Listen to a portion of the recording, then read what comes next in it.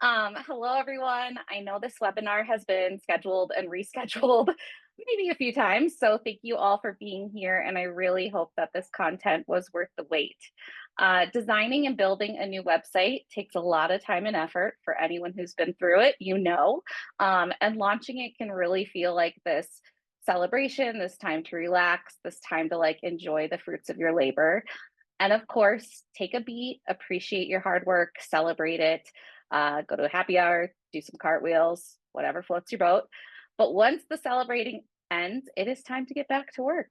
So today we're going to discuss some of the top things to do after launching a new website. Whether your site was launched recently, or it's been a few years, or it's been more than a few years, all of the tips and tricks I'll provide today are still very relevant. First, though, I think some further introductions are in order. As Jenna said, my name is Aundrea Billings. I'm Aten's Director of Project Management, which means I oversee our PM practice. Ultimately, though, I really see my role as getting the privilege to support mission-driven clients in realizing their goals digitally.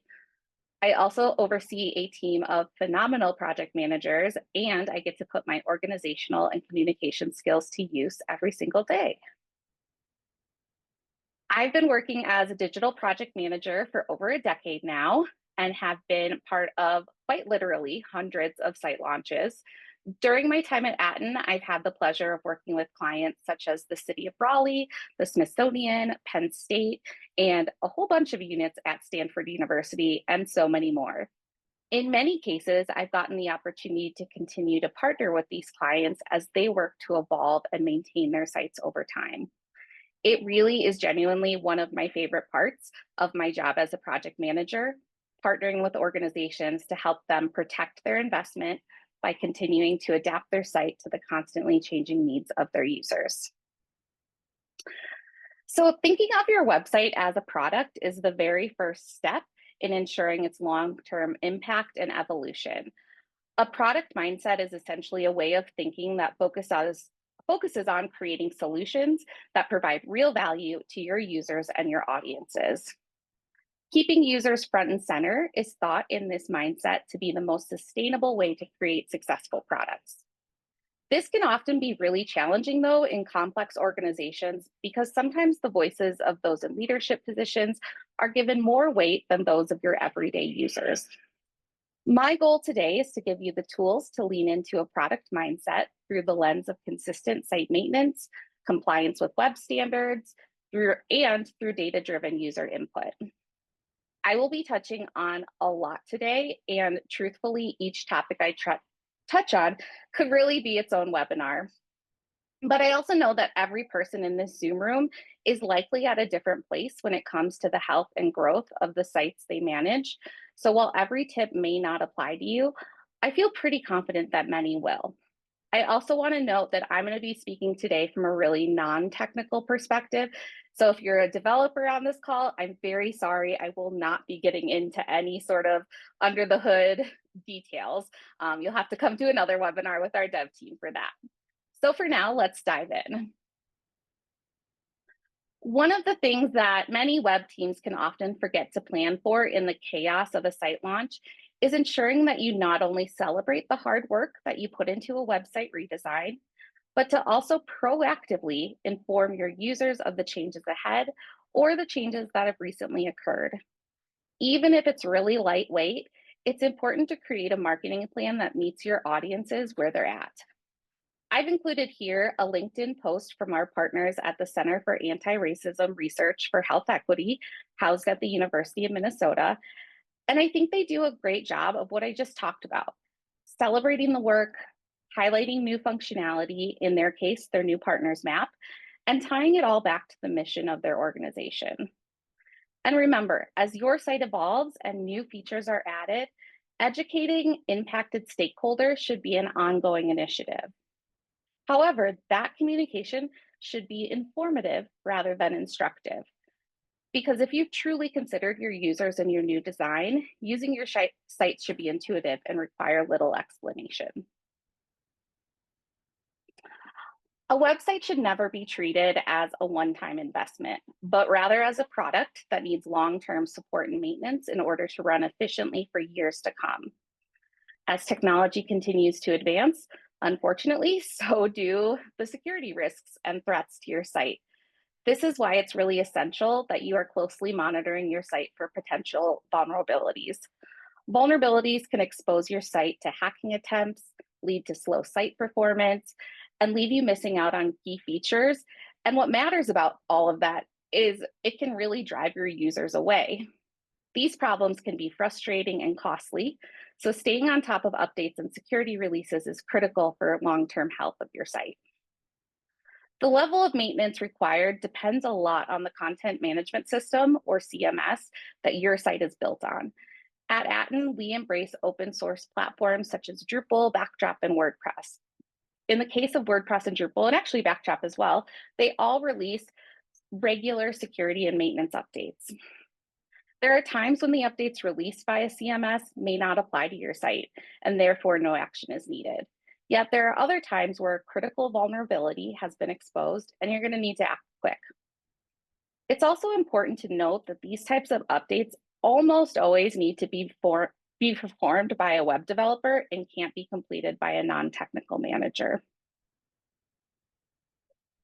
I'm going to talk a bit more specifically about Drupal since, as you know, it's a CMS that's really widely used across a number of different industries. It's also really heavily used in government and higher education, which are some of the key clients that Aten serves. So Drupal's updates typically apply to either what's known as Drupal core or a contributed module. Drupal core, which refers to the functionality that all Drupal sites use or can use right out of the box. So if a security or maintenance release is made by Drupal.org, then it is on each respective site owner to implement that release and do their due diligence and testing to ensure the updates haven't caused any adverse effects on your site or any regressions. Contributed modules are modules that have been created by users within the Drupal community. The updates released for contrib modules tend to be things like bug fixes or feature enhancements, and as such are often less pressing than a Drupal core update. Although sometimes contrib modules do have security releases, and in general, I always recommend taking a security release very seriously and implementing it as quickly as you can if that affected module is in use on your site. I'm going to stay on the example of Drupal just because that's what I am most familiar with. But this kind of slide could apply to really any CMS that requires regular maintenance. So creating a schedule to stay on top of updates and how they may or may not impact your site is super important. At Aten, we've been working with the Division of Faculty Staff Housing at Stanford University for nearly 6 years. We collaborate with their team to both monitor and implement needed updates. The process that we've defined with them is that once a week, we review their site to see if any updates relevant to Drupal core or one of their contributed modules has become available. We put that information into Jira, which is our project management tool. In this ticket, we let the client know what the updates are, our estimated time to implement the updates, and if the updates are security related or not. In an effort to conserve this client's budget, their resources, they'll often wait until either the update is absolutely necessary or it's a critical security release.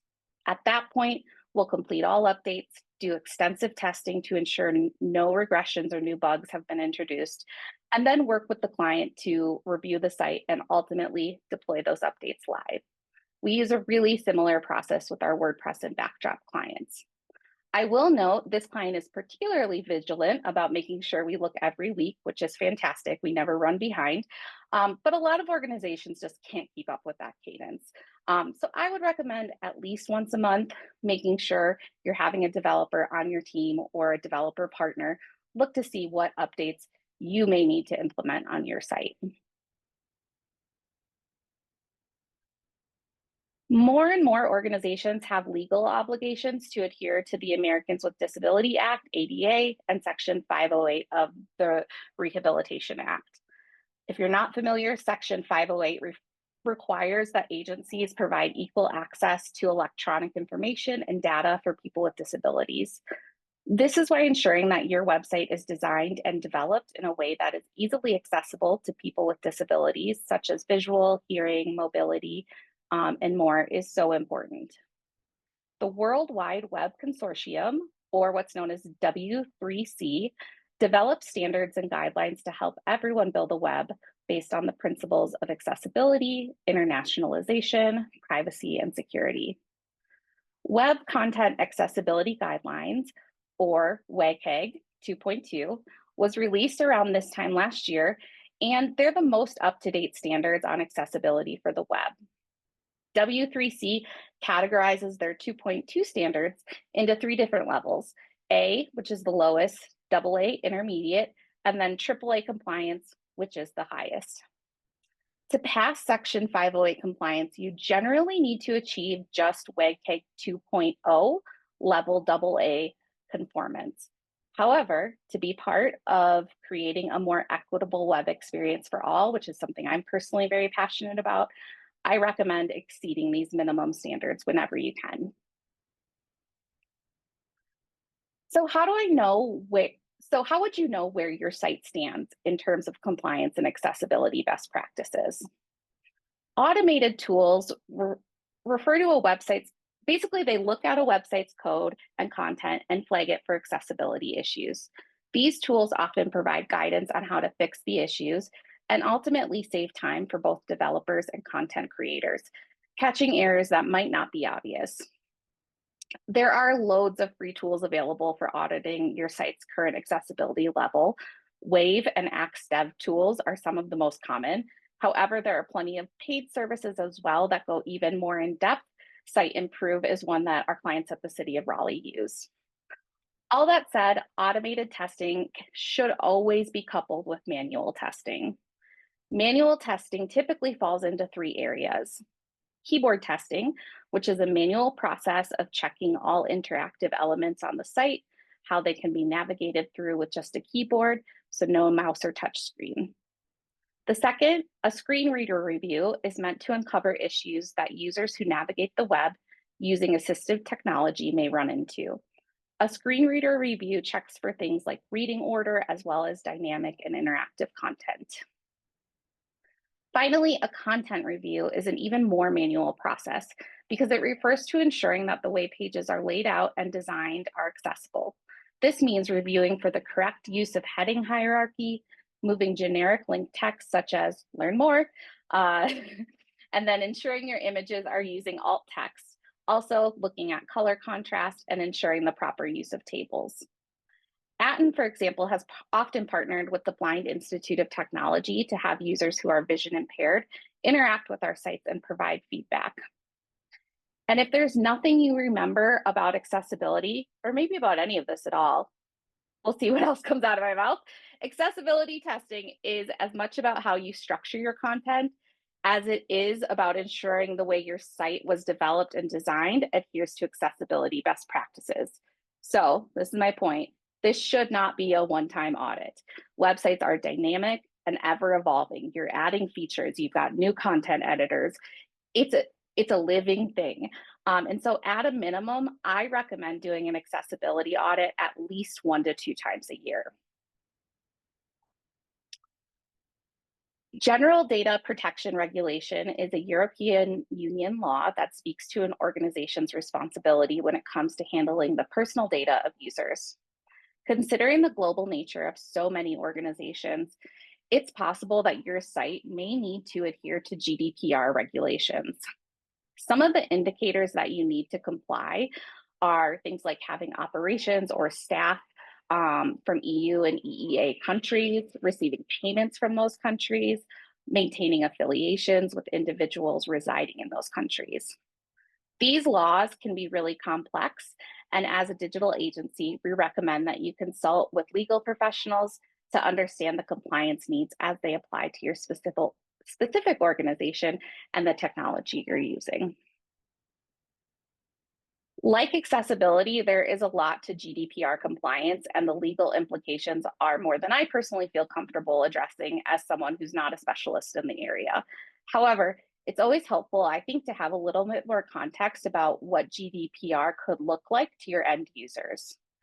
So I'm sure you all are very familiar by now with the banners and pop-ups on many sites asking users to verify if they consent to the use of cookies in their browsing experience. Cookies, chocolate chip are my favorite, but they allow websites to collect data and track user behavior on a site. Since this impacts user privacy, GDPR mandates cookie consent before enabling cookies, especially non-essential cookies like analytics, advertisements, and more. Here you see an example of such a pop-up on a WordPress site we built for the Population Council. Their reach is global, so compliance is a must. While these banners and pop-ups can be really annoying to us as users, it's essential that we be informed as to the potential use of our personal data. Search engine optimization, which describes everything you do to improve the visibility of your organization's website to search engines, can give you a significant competitive advantage. While I highly recommend working with a consultant or an agency that specializes in SEO, there are some relatively simple things you can do to help get you a little bit higher in those search rankings. If you have critical content that drives your users to your site, ensure that they can easily find that in the links to that content in your homepage or in your site's main navigation. Something really critical should not be buried in layers of menu hierarchy. Also, ensuring your page titles align with what your users are Googling is pretty important. So, for example, a higher education institution may have a degree or program with kind of a unique or uncommon name. They may want to consider having a heading for that content that better reflects the more widely known words that reference that area of focus. So, this is kind of relates to that idea of using plain language when possible. One final quick tip is to ensure you have content that supports the content you're trying to elevate. So whether that's through blog posts or just pages that dig deeper into a particular subject. Aten has been partnering with Ames Community College, which is a top community college with 4 different campuses located in Colorado. And we've been working with them for nearly 5 years. In that time, we worked with Ames on a full redesign, as well as many improvements and new features over the years. When SEO is done well and design, content, and development decisions are informed by users, as well as a strong web hosting infrastructure, really great things can happen. After our most recent redesign with Ames, they saw total users increase by 35%, page views go up by 40%, average sessions increase by 23%, and their bounce rate dropped dramatically.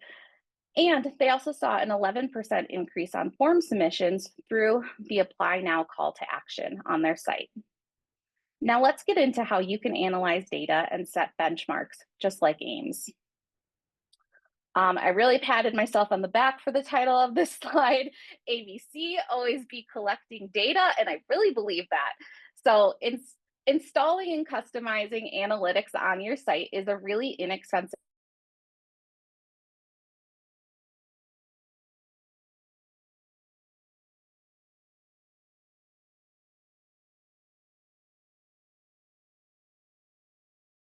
implementation or want to supplement the tool you're using.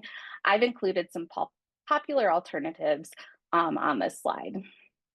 It's also worth mentioning that the shift from Universal Analytics in Google to Google Analytics 4 was painful, to say the least, especially to less technical users like myself.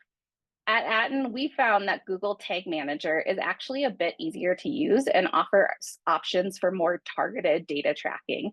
In addition, Microsoft Clarity is a free tool that we've been using more and more that I find to be far more intuitive out of the box when it comes to understanding the data you're collecting. I also want to mention Matomo, and I hope I'm pronouncing that right, is a tool very similar to GA4, a little bit more intuitive, I think, and has some enhanced data privacy features, but of course is not free. So take that into consideration. Now I'm going to focus on GA4. So let's look at an example of how to leverage a key feature in Google Analytics 4 called event tracking to understand conversion rates of high impact calls to action, such as, we're going to use this college example again, so such as apply on a university admissions site. In GA4, events now have a higher tracking priority than sessions. Every click, interaction, and scroll is classified and automatically collected as an event. In GA4, the method of creating custom events has become even more robust. Google will recommend events and parameters for you to track, and using custom events will provide even more targeted feedback. It's important to zero in on the desired user journey for your different audiences when analyzing event tracking information. What are you trying to drive each user group to? Is there so much content on a page that a user isn't making it past the fold? These are all questions to consider as you're utilizing event tracking. The screenshot on this slide is from the homepage for Millikan University, located in Decatur, Illinois, which Aten designed and developed. In this instance, the schedule a visit and virtual tour buttons or calls to action would be important to apply event tracking to. Setting up benchmarks is not only important for converting users, but it's also necessary for reporting to those in leadership, which helps sort of make a stronger case for continued investment in your digital tools. One of my personal favorite forms of analyzing how users are interacting with your site and its content is through something called heat mapping. If you're not familiar, heat maps can show where users click, how far they scroll, and how they move their eyes through a given page. This can help organizations understand how users interact with their website and ultimately improve their user experience. As an example, Aten recently completed a redesign project for Dorothea Dix Park in Raleigh, North Carolina. As part of this work, we knew that the main navigation bar was a top priority in ensuring that users get to the most critical information in as few clicks as possible. This diagram shows user interaction over a set period of time, which is then used to give insight into how to prioritize content. There are, of course, lots of ways to interpret this data. For example, an organization like Dix Park may want to drive more users to donate. However, we can see from the heat mapping that only one person clicked on the donate button in the time frame that this tracking was set up for. This could lead you to believe that the current implementation of the donate button on this site is ineffective and needs to be revisited. While analytics tools and heat mapping are extremely valuable for gaining user insight, I really think there is no substitution for talking directly with your users. Moderated testing can provide personalized and detailed feedback on your site performance that you can't gain from analytics alone. Digging into testing methods such as card sorting and guerrilla testing would likely take up an entire webinar. I know it would. So I'll leave you with this list of some common testing methods for you to dig in more. Aten also has the capabilities to support organizations in these types of testing activities as well. Let's talk a little about the internal management of your website's content. Websites can be unwieldy, that's a hard word, when it comes to content, especially at large or complex organizations, because often different departments or units or individuals are responsible for their little corners of the site. While some departments may have strong teams that care deeply about keeping their content fresh, others simply don't have the bandwidth or know-how to stay on top of their content. Content governance refers to the ways in which we manage content. In the context of a website, that means ensuring you have a documented plan for which individuals or department own what pieces of content. There are also often tools in your CMS that can help you by notifying content owners that they haven't touched a certain piece of content after X number of days. Many CMSs also offer the option to have page content go through a review process. That allows all content to be vetted prior to ever being published on your site. A CMS like Drupal will allow you to really customize these workflows to meet your organization's unique needs. Recently, we collaborated with Do Research, which oversees all research-related activities at Stanford University. They were suffering from a lack of clarity around content ownership and didn't know how accurate and up-to-date their content was. They made the wise decision to select a person to own the process of auditing content and determining responsibility. They started with a content export, which is where we were able to get a list of all pages on their site exported into a spreadsheet. With Aten's support, they then used the simple spreadsheet to document the status of content, including its last updated date, and then have the necessary conversations internally to determine what departments or individuals should be responsible for each page. However, there are paid tools such as Contentful that could also assist in this process. If you Google, how often should I redesign my website? The most common answer you're probably going to find is anywhere from 2 to 4 years. However, the budget challenges that many mission driven organizations face today make that timeline completely unrealistic. This is compounded by the pace at which technology is advancing. However, there are ways to ensure your website design and content stay fresh. Utilizing your homepage as a place to frequently add new and updated content can be helpful. In addition, subtle design changes can make a big difference, such as introducing fresh photography or graphic styles. Aten offers design audits, which will give you a list of recommended changes you can make to your existing website without having to undergo a full redesign. And all of our suggestions keep accessibility and mobile responsiveness front and center. The example here is from a design audit we completed with our clients at LabAids.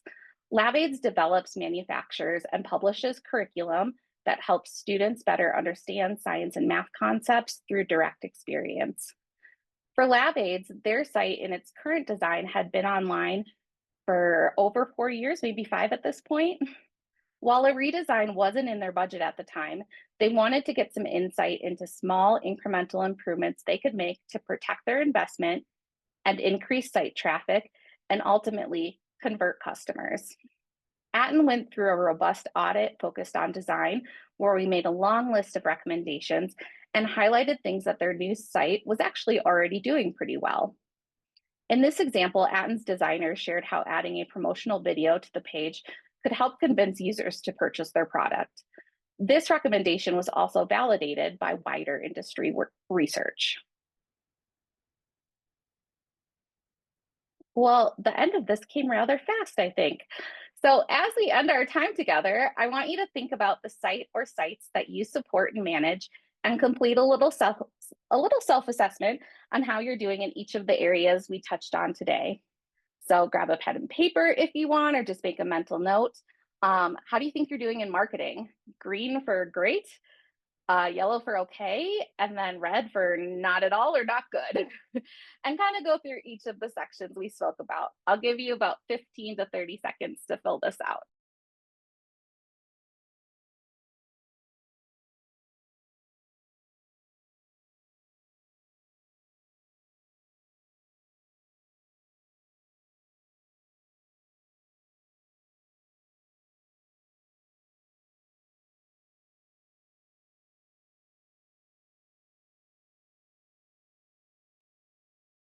Well, I counted to 15 in my head, so I hope that was enough time. Let me go to the last slide. Nope, second to last slide. So as we close, I want to reiterate that it can often be really challenging to push back on the priorities set by those in leadership rather than what your users are actually asking for. And not even leadership, but for that matter, any internal staff with their own sort of opinions and preferences. But like our partners at LabAids, I recommend embracing that product mindset I referred to earlier when it comes to your website. This means being focused on understanding and addressing user needs first, iterating over time based on feedback, and focusing on outcomes over outputs. And I really hope that today's webinar gave you a really good place to start or grow from.